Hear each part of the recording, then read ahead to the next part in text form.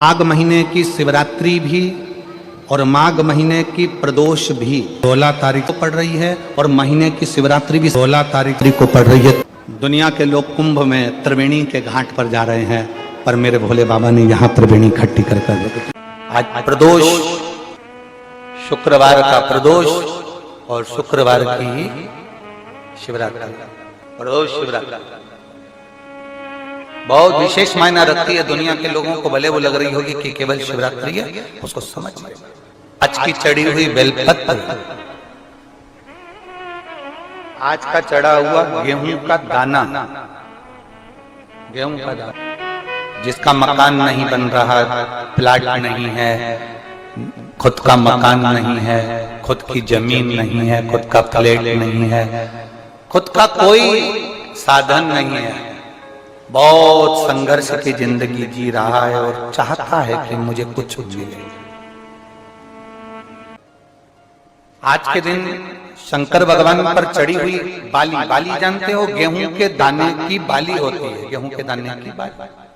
आज के दिन शंकर भगवान पर चढ़ी हुई बाली, गेहूं के दाने की बाली, मात्र शंकर जी पे चढ़ी हुई बाली को उठा लिया जाता है और बाली में से 12 दाने निकाल लिए जाते हैं। गेहूं के 12 बाली नहीं होती है तो गेहूं के 12 दाने भगवान शंकर को समर्पित किए जाते हैं और उसको उठा लिया जाता है। प्रत्येक महीने आने वाली शिवरात्रि पर एक दाना शंकर भगवान को अशोक सुंदरी वाले स्थान पर समर्पित करना प्रारंभ कर दो। अगले साल शिवरात्रि पर बात करेंगे कि प्लाट, जमीन, जायदाद मिली कि नहीं, मकान मिला कि नहीं मिला, खुद की प्रॉपर्टी हुई कि नहीं हुई, अगले शिवरात्रि पर बात करेंगे। इसी भूमि पर, यही कुमरेश्वर बाबा की धाम पर, एक बाली में भी, गेहूं की एक बाली में 12 दानों में भी वो बल होता है जो बल शिवरात्रि के दिन भगवान शंकर को समर्पित किया। आंखों से बहुत कम दिखाई दे रहा हो तो 12 महीने शिवरात्रि आती है। किसी भी शिवरात्रि पर शंकर भगवान पर पीपल के पत्ते पर शहद रखकर शंकर जी पर डाल दीजिए। उस शहद को पीपल के ही पत्ते पर रखकर ले आइए, घर पर लाकर उसको कटोरी में निकाल लीजिए, पत्ते को ठंडा कर दीजिए, उस शहद को आंखों में काजल जैसा लगाना प्रारंभ कर लीजिए। 1 महीना या 15 दिन आप आंखों में लगाएंगे, धीरे धीरे रोशनी बढ़ना प्रारंभ हो जाएगी।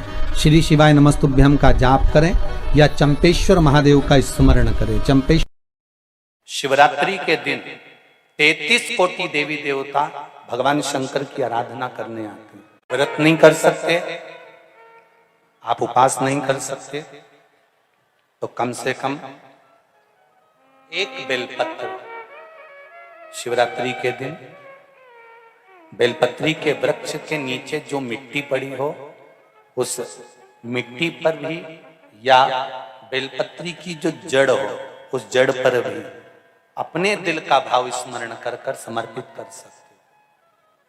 क्यों? स्कंद पुराण में कहा गया है कि बेलपत्री के वृक्ष के नीचे शिवरात्रि के दिन 33 कोटि देवी देवता भगवान शंकर की आराधना करने आते हैं। जैसे श्रावण के महीने में पार्वती और मां गंगा, ये दोनों शिव की आराधना करने के लिए आते हैं। कथा वर्णन करती है। आप में से कितने लोग हैं जो शंकर जी के मंदिर जाते हैं? जरा हाथ उठाओ। सभी जाते हो? शिव मंदिर में जाकर देखना, शंकर भगवान नीचे होंगे, पार्वती जी ऊंची होंगी। बोलो सही है कि गलत है? शिव जमीन पर बैठे हैं, फर्श पर बैठे हैं, शिवलिंग नीचे रखा है और पार्वती जी का स्थान या तो दीवार पर ऊंचा। चलो कहीं मत जाओ, उज्जैन महाकाल को देख लो, काशी में देख लो, सोमनाथ में देख लो, मल्लिकार्जुन में देख लो, त्र्यंबकेश्वर में देख लो, भीमाशंकर में देख लो, नागेश्वर में जाकर देख लीजिए, बैद्यनाथ जी में जाकर देख लीजिए, परली में जाकर देख लीजिए, केदार में जाकर देख लीजिए। शंकर भगवान का शिवलिंग नीचे मिलेगा और पार्वती ऊंची स्थान पर बैठी हुई मिलेगी। वो शंकर भगवान की कथा कहती है। भगवान ब्रह्मा जी का कथा देख लो, ब्रह्मा जी का स्वरूप देख लो। ब्रह्मा जी ने ब्रह्माणी को पास में बिठाया है, भगवान विष्णु ने लक्ष्मी जी को चरणों में बिठाया है, इंद्र ने इंद्राणी को पास में बिठाया है, सारे देवताओं ने अपनी अपनी धर्म पत्नी को पास में बिठाया, पर केवल देवाधिदेव महादेव एक ऐसे हैं जिन्होंने अपनी धर्म पत्नी को ऊंचे स्थान पर बिठाया कि नारी का आदर करोगे तो जिंदगी में तुम भी आगे बढ़ते चले। नारी का सम्मान करना सीखो। शंकर भगवान की कथा कहती है हम भले अर्धांगिनी है पर उसका सम्मान, उसका आदर, उसका सत्कार होना चाहिए।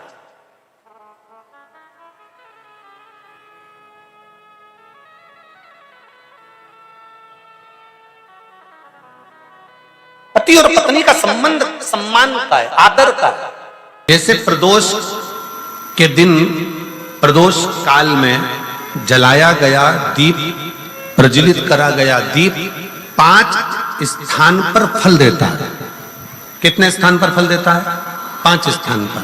आप में से कितने लोग हैं जो प्रदोष के दिन दीप लगाने मंदिर जाते हैं या शंकर जी के मंदिर पहुंचते हैं? बहुत बहुत प्रणाम आपको, साधुता जानना चाहिए। अपना प्रदोष के दिन, प्रदोष काल में लगाया गया दीपक 5 स्थान पर फल देता है। पहला स्थान, अगर हमको या हमारे परिवार में किसी को काल सर्प दोष है तो हमारा प्रदोष का लगाया गया दीपक कहीं पूजन मत कराओ, वो दीप जलाने से ही काल सर्प दोष समाप्त होता चले जाता है। दूसरा स्थान, पितृदोष।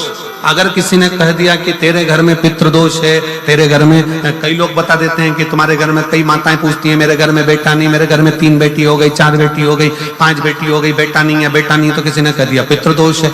अब तुम शंकर जी की पूजन कर रहे हो, शंकर जी पे जल चढ़ा रहे हो, शिव की स्तुति कर रहे हो, तो किसी किसी की यहाँ 3 बेटियों के बाद, 4 बेटियों के बाद, एक माता ने तो लिखा है कि उसके यहाँ 2008 में उसके घर में लड़की ने जन्म लिया था, या 2008 में उसके घर में बच्चे ने जन्म लिया था, लड़की ने। उसके बाद फिर लड़की ने जन्म लिया और उसके बाद उसके घर में कोई पुत्र का योग नहीं बना। तब उसने प्रदोष के समय पर शाम को दिया लगाना प्रारंभ करा और 2008 में बच्ची जन्मी थी और अब 2024 में उसके घर में लड़के ने जन्म लिया।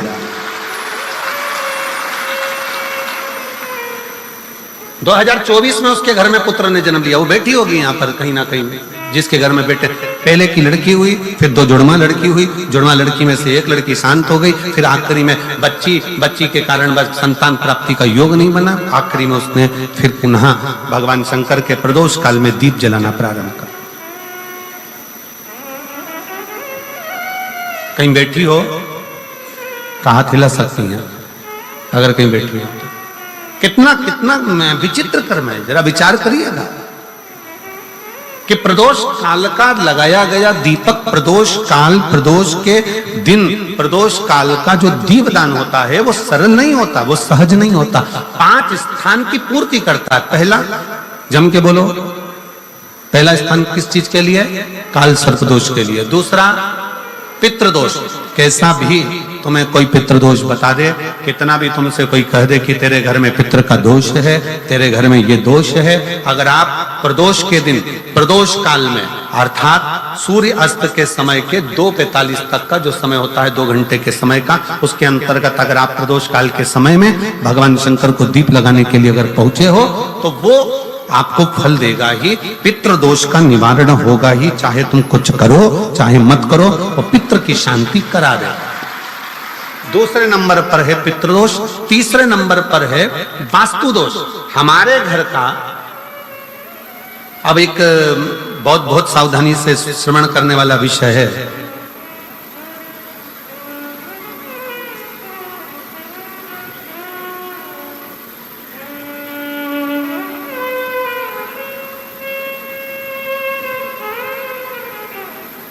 यदि वंश की वृद्धि नहीं है, 30 वर्ष शादी के हो गए, 40 वर्ष शादी के हो गए और औलाद है ही नहीं, डॉक्टर ने भी हाथ ऊंचे कर दिए, टेस्ट पे भी करवाया, IVF करवाया, सब कुछ तुमने करवा लिया, तो भी औलाद नहीं है, तब आखिरी में एक काम चालू करो। प्रदोष का दिन दोनों पति पत्नी व्रत चालू कर दो प्रदोष का, और प्रदोष काल में शाम के समय जाकर एक ही दिए में 2 लंबी बाती जानते हो ना, रुई की लंबी कपास की बाती 2, और दोनों बाती एक ही दिए में रखकर पति पत्नी दोनों उसको प्रज्वलित करना प्रारंभ करें, बाबा संतान देकर ही रहेगा, औलाद आएगी ही।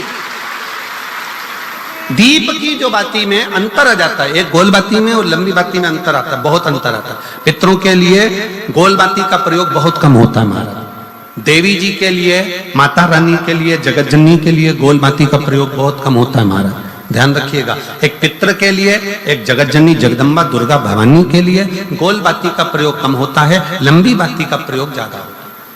क्यों? क्योंकि हमारे घर के कुल देवी और हमारे घर के पितर हमारे वंश की वृद्धि करें, इसलिए लंबी बाती रखी जाती है, जिससे हमारा वंश बहुत लंबा चले, बहुत उन्नति की ओर बढ़े, इसलिए लंबी बाती का प्रयोग किया। शिव महापुराण की कथा कहती है 5 जगह पर हमारा जलाया गया एक दीप जो प्रदोष के दिन प्रदोष काल में लगाया जाता है, 5 जगह पर भारी पड़ता है।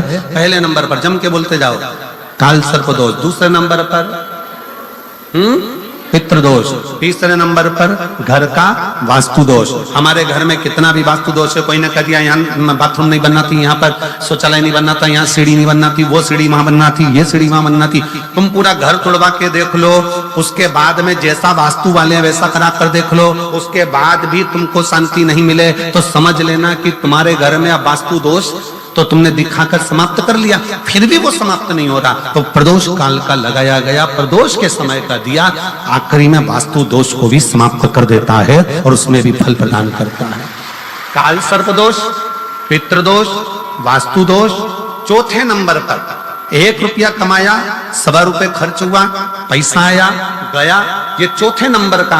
व्यापार में थोड़े दिन दुकान अच्छी चली, थोड़े दिन बैठ गए, थोड़े दिन काम चला, थोड़े दिन बैठ गए, गाड़ी चली थोड़े दिन फिर बैठ गए, अर्थात हमारी फैक्ट्री थोड़े दिन चली फिर बैठ गए, कहीं ना कहीं तकलीफ, थोड़े दिन खाते थोड़े दिन रोते वाला चल रहा है। तो प्रदोष काल का, प्रदोष के समय का दिया इस दुख को समाप्त कर कर रेगुलर एक जैसी सांझी, एक जैसी लक्ष्मी की वृद्धि करते चले जाए। प्रदोष काल का नंबर का, प्रदोष काल का दिया, प्रदोष समय का दिया 5वें नंबर पर रोग का निवारण का,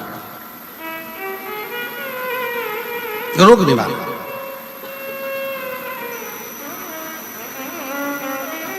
ये 5 स्थान जो बताए गए हैं प्रदोष काल के दिन, प्रदोष के दिन दीप प्रज्वलन के। और अब की बार की जो शिवरात्रि आ रही है, बाबा देवाधिदेव महादेव की बड़ी कृपा है उस पर, बहुत करुणा। प्रदोष शिवरात्रि। अब जरा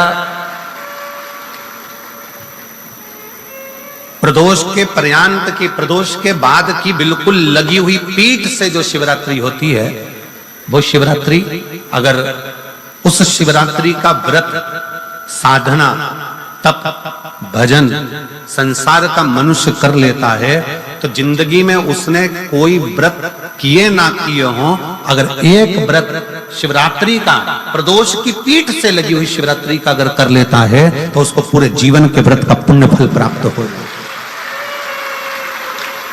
एक बार यदि भूलवश भी अगर कोई प्रदोष के दिन, देखिए बहुत बहुत ध्यान से सुनिएगा, जरा स्मरण में लीजिएगा कथा को कि भगवान विष्णु ने अवतार लिए 24, पर भगवान शंकर ने अवतार नहीं लिए, भगवान शंकर ने अपना नाम रखा। किस नाम से क्या प्राप्त हो सकता, किस नाम से क्या मिलेगा, किस नाम का उच्चारण करना चाहिए। जब किसी का एक्सीडेंट हो जाता है, कोई तकलीफ आ जाती है, तो कौन सा जाप करवाते हो? जम के बोलो, महामृत्युंजय। शिव को महामृत्युंजय कहने लगते।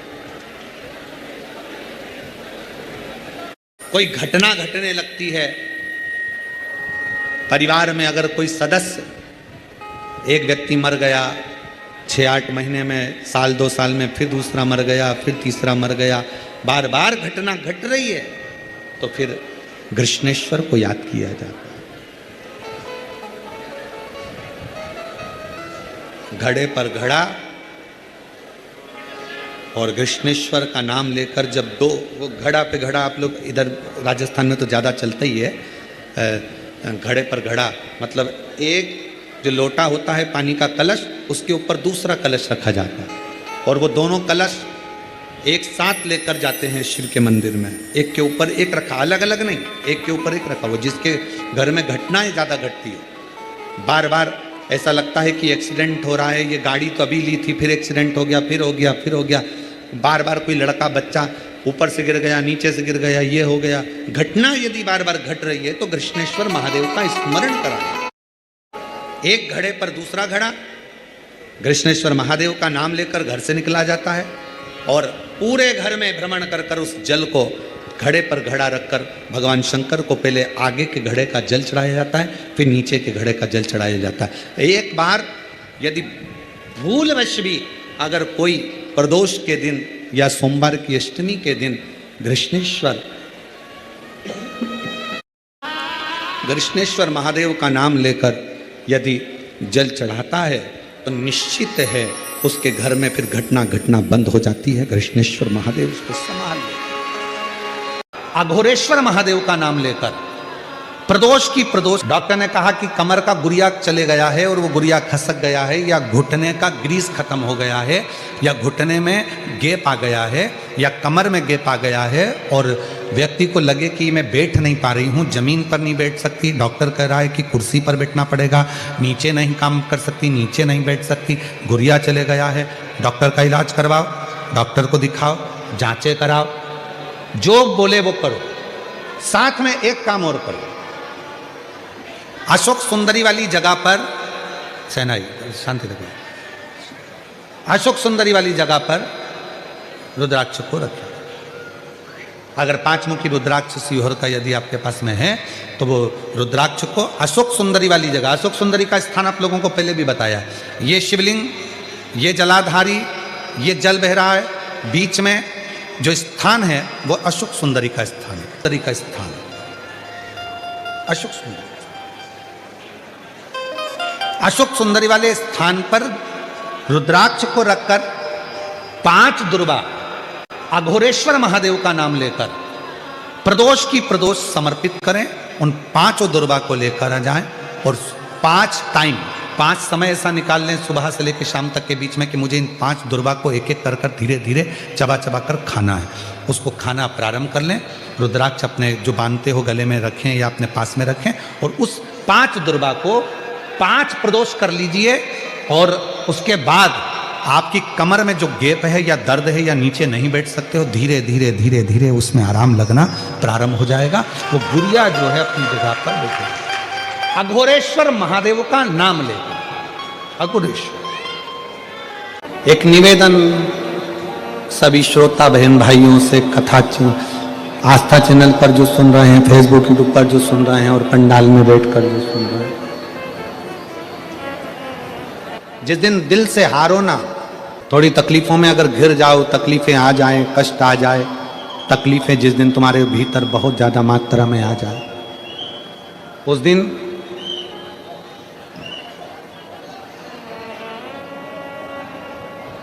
तीन बेलपत्र, एक बेलपत्र में पीला चंदन, बीच वाली पत्ती। जिस दिन तुम्हें लगे कि मैं बहुत दुखी चल रही हूं और मेरा काम हो ही नहीं रहा, बहुत तकलीफ की जिंदगी चल रही है, कोई हाथ पकड़ने वाला नहीं है, कोई संभालने वाला नहीं है और बहुत तकलीफ हो गई, बहुत तकलीफ। उस समय पर एक बेलपत्री के बीच वाली पत्ती पर पीला चंदन, दूसरी पत्ती पर लाल चंदन और तीसरी पत्ती पर 11 चावल गीले, पानी में उसको थोड़ा सा भिगो लें या धो लें, 11 चावल गीले शिव जी की उस पत्ती पर रखें।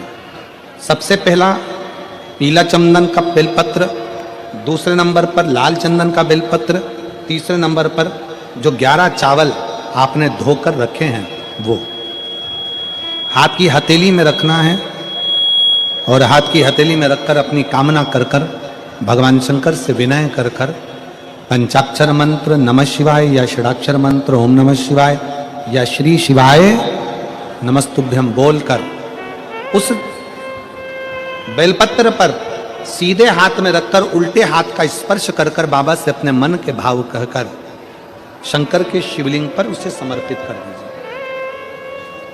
एक ही लोटा जल, जहां से जल बहता है अशोक सुंदरी वाली जगह, एक ही लोटा जल, जहां से जल बहता है उस जल बहने वाली जगह पर 3 बार उस जल को अपनी कामना कर कर श्री शिवाय नमस्तुभ्यम या पंचाक्षर मंत्र या षडाक्षर मंत्र बोलकर 3 बार उस स्थान पर गिरा दीजिए। गिराने के बाद में बाबा से विनय कर कर अक्षत वाली जो बेलपत्र है, एक बेलपत्र और एक अक्षत उसमें से अपने लिए लेकर आ जाओ। उसको 2 महीना 3 महीना अपने घर में रखिए। जितना भी दुख है धीरे धीरे बाबा समाप्त कर कर खुशियां घर में लेकर आता ही है। दुख समाप्त होगा, खुशियां घर में आएगी जरूर।